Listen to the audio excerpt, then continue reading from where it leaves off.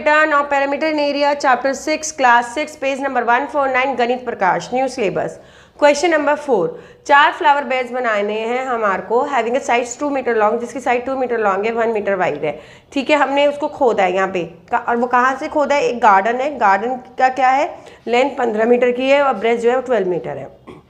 तो आपको बताना है कि रिमेनिंग कितना एरिया बचता है। सेम वैसे ही करेंगे जैसे हमने लास्ट वीडियो में करा था। एरिया ऑफ रेक्टेंगुलर गार्डन निकालेंगे, 15 मीटर लेंथ है, ब्रेथ 12 है, 15 इंटू 12 180। फिर हम इस फ्लावर बेड का निकालेंगे, ये लेंथ है ये ब्रेथ है, तो एरिया ऑफ फ्लावर बेड निकाला, लेंथ इंटू ब्रेथ 2 आ गया। कितने फ्लावर बेड हैं 1 2 3 4, तो 4 से मल्टीप्लाई करा 8। टोटल इसका रेक्टेंगल का एरिया कितना है बेटा जी 180। इन 4 फ्लावर बेड का एरिया कितना है 8, दोनों में से माइनस कर देंगे 180 माइनस 8 दैट इज 172। ये मेरा फाइनल आंसर आ गया। आई होप बेटा आपको समझ आया। प्लीज़ मेरे चैनल को सब्सक्राइब करिए, लाइक करिए, शेयर करिए, कमेंट करिए, खूब सारी मेहनत करिए।